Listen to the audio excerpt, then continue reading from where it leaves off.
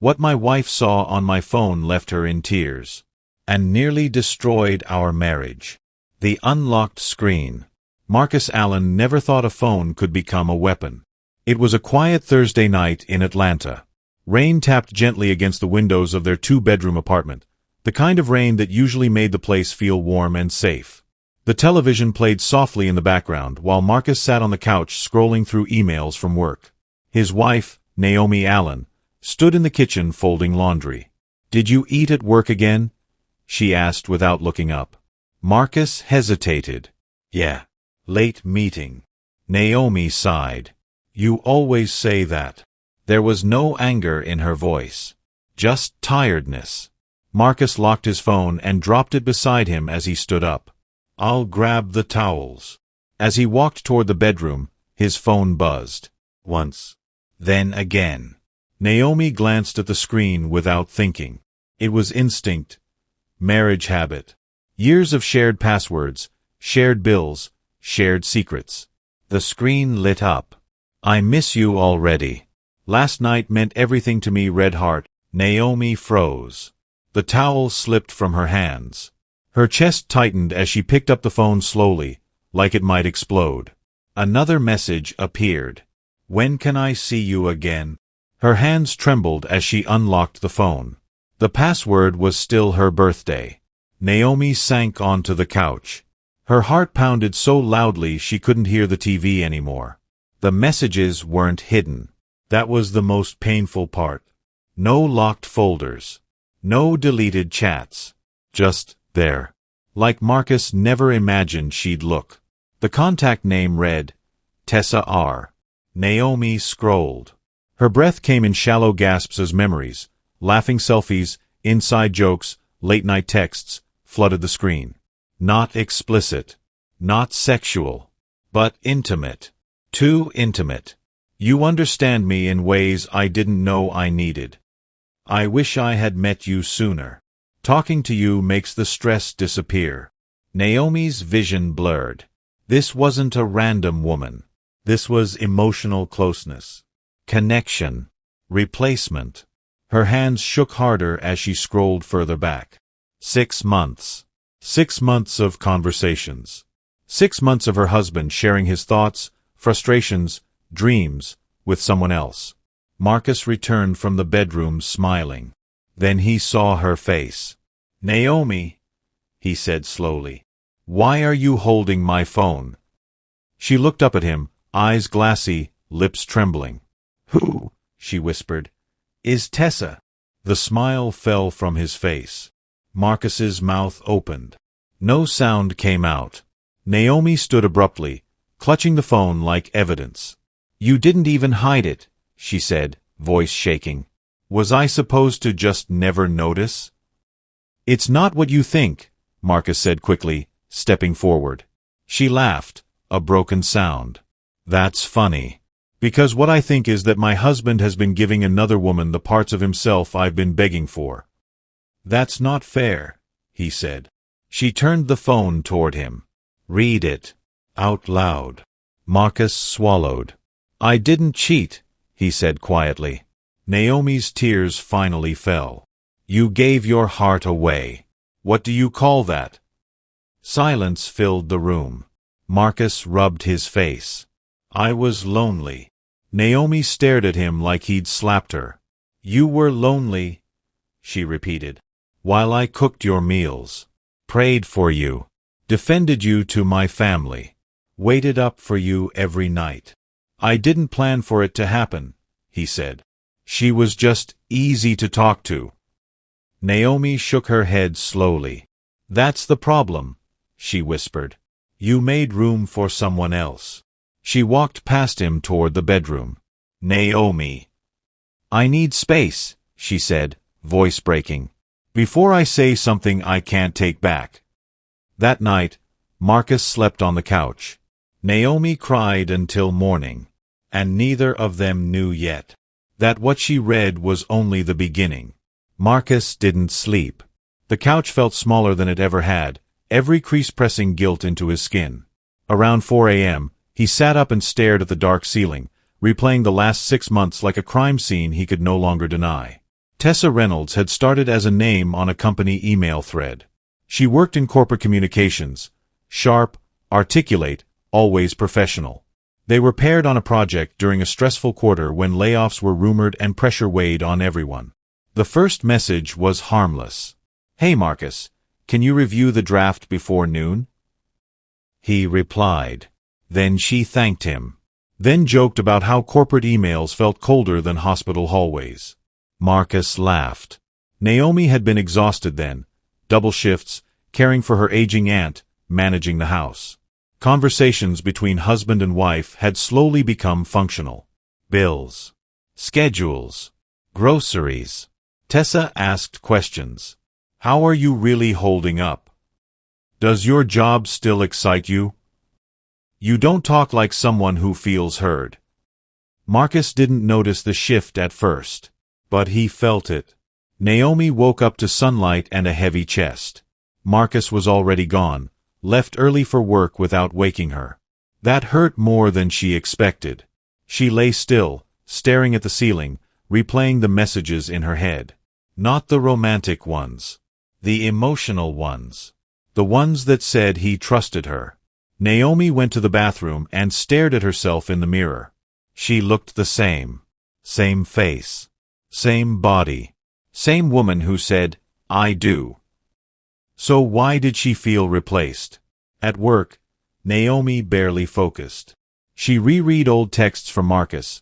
Short, practical, rushed. Running late. Talk later. Tired. But to Tessa, he wrote paragraphs. At lunch, Naomi finally broke down and called her sister, Denise. "Say it slowly," Denise said gently. "What exactly did you see?" Naomi swallowed. He didn't sleep with her, but he let her into his mind.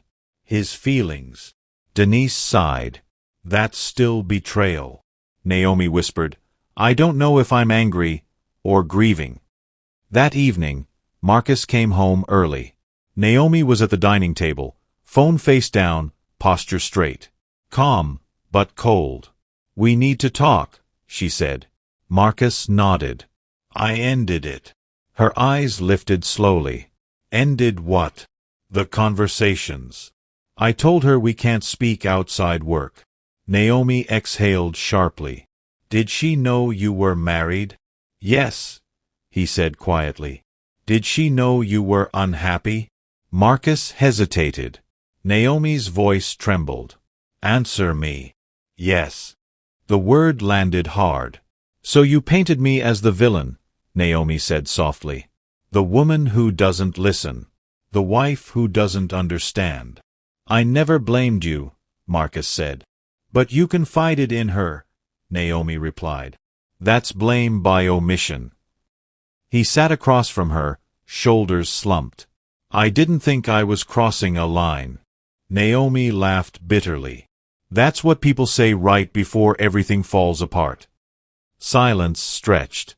Then Marcus said something that changed everything. "There's more you didn't see." Naomi's heart skipped. "What do you mean?" He swallowed. "There was one night when she told me she had feelings." Naomi stood up slowly. "And I didn't shut it down immediately." Her knees felt weak. "How long?" she asked. 2 days. Naomi nodded slowly. 2 days was all it took. That night, Naomi packed a bag. Marcus watched silently as she folded clothes, tears slipping down her cheeks without sound. "I'm not leaving forever," she said, voice steady but wounded. "I just can't stay here right now." "I'll do anything," Marcus said. "Counseling, therapy, transparency." Naomi paused at the door. "I don't need promises," she said. "I need truth, consistency, and time." She left. The door clicked shut, and Marcus sat alone in the apartment where love once lived comfortably, now fragile, uncertain, barely breathing. He didn't know if Naomi would come back. And Naomi didn't know if love, once cracked, could ever be whole again. Naomi stayed with her sister Denise on the east side of the city. The guest room was small, but it was quiet. No reminders. No shared history echoing off the walls. Still, sleep didn't come easily. Every night, Naomi lay awake staring at the ceiling fan, replaying moments she once thought were ordinary. Marcus on his phone at dinner. Marcus smiling at messages she assumed were work-related. Marcus emotionally present. But somewhere else. Denise never pushed. She simply left tea on the nightstand and sat beside Naomi when the tears came. "You don't have to decide anything yet," Denise said one evening. "Just feel what you feel." Naomi nodded. "That's the hardest part." Meanwhile, Marcus wandered their apartment like a ghost. He cooked for one, ate in silence, picked up Naomi's hair tie from the bathroom sink and froze. The emptiness was loud. For the first time, he understood that what he'd done wasn't a mistake, it was neglect with consequences. 3 days into the separation, Marcus received an email. From Tessa R. Subject: "Can we talk?" He stared at it for a long time, then deleted it. An hour later, his phone buzzed. "I didn't know it would end like this. I'm sorry." Marcus typed. Deleted. Typed again. "This crossed a line. Please don't contact me again." Seconds passed. Then minutes. Then a final message appeared. "I cared about you. I still do." Marcus locked his phone and dropped it on the counter like it burned. For the first time, he felt shame, not guilt. Shame. Because he realized something terrifying.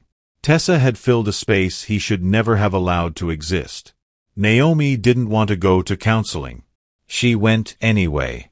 The therapist, Dr. Elaine Morris, listened quietly as Naomi spoke first. "I don't know if I want to fix this," Naomi said honestly. "I don't even know who I am inside this marriage anymore." Marcus swallowed hard. Dr. Morris nodded. "That honesty is where healing begins, whether together or apart." When it was Marcus's turn, his voice shook. "I didn't cheat physically," he said, "but I emotionally abandoned my wife." Naomi looked at him then, really looked. Not with anger, with grief. Dr. Morris asked gently, "Why didn't you talk to Naomi?" Marcus stared at the floor. "Because I was afraid she was already too tired to hear me." Naomi exhaled sharply. "You didn't even give me the chance." The truth sat heavy between them. Weeks passed. Counseling sessions peeled back layers neither of them wanted to see. Marcus admitted he tied his worth to being admired, being needed, being listened to. Naomi admitted she'd been surviving, not living, putting everyone else first and assuming marriage would simply endure. One session, Dr. Morris asked Naomi a question that stunned her. "Did you ever stop choosing Marcus before he stopped choosing you?" Naomi's throat tightened. "Yes," she whispered. "Not intentionally, but slowly, silently, painfully." They both cried that day, not because everything was fixed, but because the truth finally had air. It happened at a coffee shop downtown. Naomi was ordering when she heard her name. She turned. Tessa stood there, nervous, unsure, unmistakable. "I didn't expect to see you," Tessa said softly. Naomi studied her. She wasn't what Naomi imagined. Not glamorous. Not seductive. Just human. "I didn't know," Tessa said quickly, "how deep it was. I would have stepped away sooner." Naomi nodded slowly. "Maybe. But boundaries don't wait for feelings." There was no screaming. No insults. Just truth.